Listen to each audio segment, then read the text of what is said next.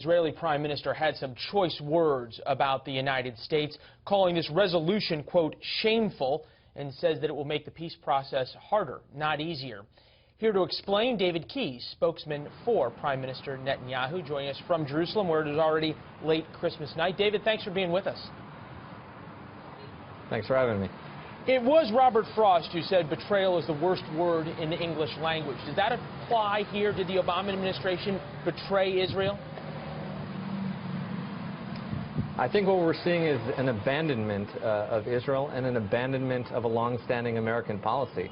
I mean, this resolution posits that the Western Wall, one of the holiest sites to Judaism, a place where the Jewish temple was built, a place where Jews have lived and prayed for literally thousands of years, is illegally occupied territory.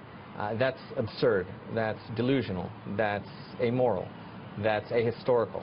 And it actually pushes peace a lot further back. So it's no surprise that Israel was deeply, deeply disappointed by this UN resolution, this Security Council resolution, and the fact that the Obama administration abstained from vetoing this resolution. It's been a long-standing policy to protect Israel at the United Nations. The only person, David, who could have made changed. David, the only person who could have made this decision is the president himself. Our reporting from Kevin Cork, reporting of others, indicate that the president on vacation made this decision to abstain from this vote. This was not taken lightly.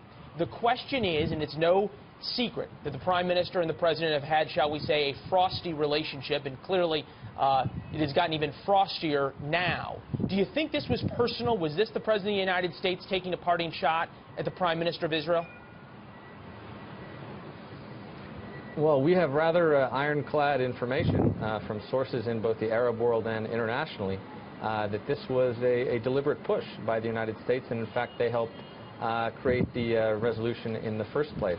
And so it's deeply disappointing that this has been the path of President Obama. Of course, we're deeply grateful for the military assistance that Israel has gotten, but this resolution pushes peace further away, and it's no surprise that many, many senior Democrats and Republicans have condemned this resolution, because when you think about the actual barrier to peace, it's not the fact that there are Jews who have sovereignty in the Western Wall. It's not the fact that Jews live in Judea. It's the fact that the Palestinian Authority refuses to even recognize Israel as a Jewish state. It's because of the fact that the Palestinian leadership is paying a monthly salary to anyone who murders an Israeli. It's because the Palestinian leadership is naming soccer stadiums and streets after mass murderers of Jews and Israelis. David, I understand you don't feel like you have an honest broker to deal with on the other side when it comes to the Palestinians.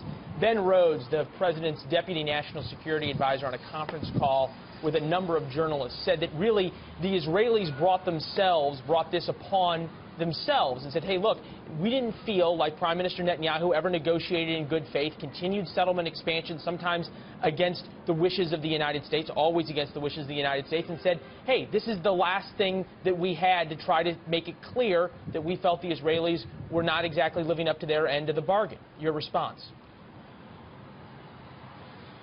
Well, Ben Rhodes seems to be ignoring a few key factors. One is that the Prime Minister actually froze settlements just a few years ago.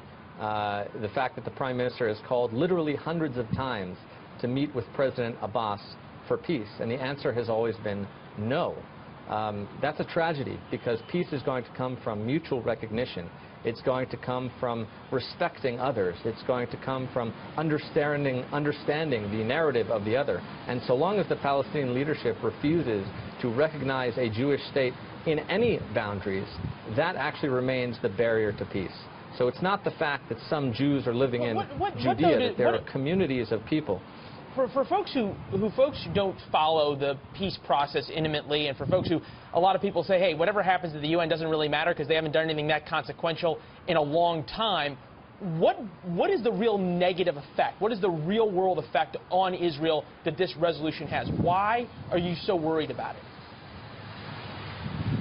Well, this resolution could encourage those who seek to boycott Israel, those who seek to protest Israel, the one liberal democracy in the Middle East.